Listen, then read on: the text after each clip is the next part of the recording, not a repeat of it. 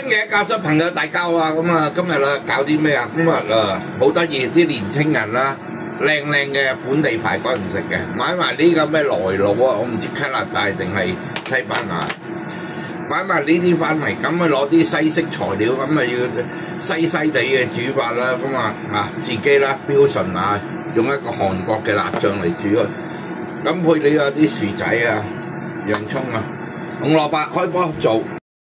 好，咁跟住隻鑊啦，將啲排骨啦就擠落去，咁啲排骨啦，我啦都簡單咁樣去調個味噶啦，有見啦，俾啲百里香啊、辣椒粉啊、鹽啊嗰啲去醃一醃，金黃色啊，封住咗佢係嘛，哇正！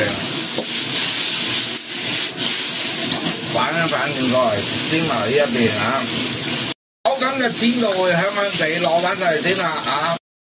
亦都啦，將一啲啦料頭啦落去炒一炒佢先，炒配料啦，落去炒佢，俾兩粒鹽落去啊，咁啲配料啦都會有味嘅。現在將啲薯仔擠埋落去啊，啲薯仔啦吸收下嗰啲香氣。好，咁炒晒薯仔之後啦，我俾啲韓國辣椒醬落去啦。好，炒一炒香佢，跟住俾啲水落去啊，連菜多少少嘅水，因為薯仔咧始終咧都有澱粉質喺度嘅，同埋我哋咧3兩蚊佢，所以需要多一啲時間，俾多少水，哇顏色咗。好，咁我哋俾啲味落去啦，咁味嘅方面好簡單啊，鹽少少，啲辣醬鹹啊，唔使俾咁多嚇。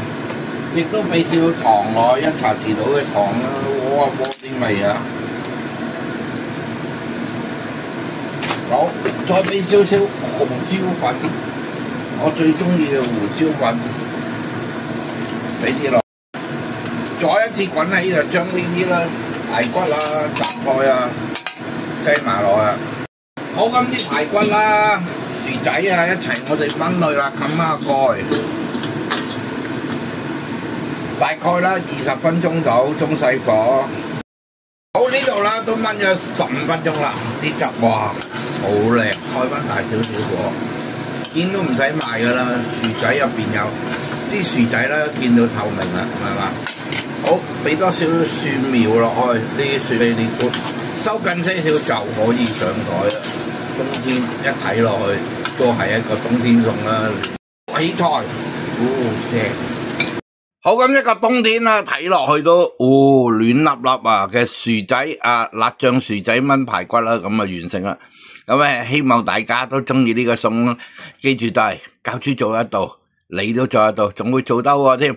下次星期教室再同大家見面，拜拜。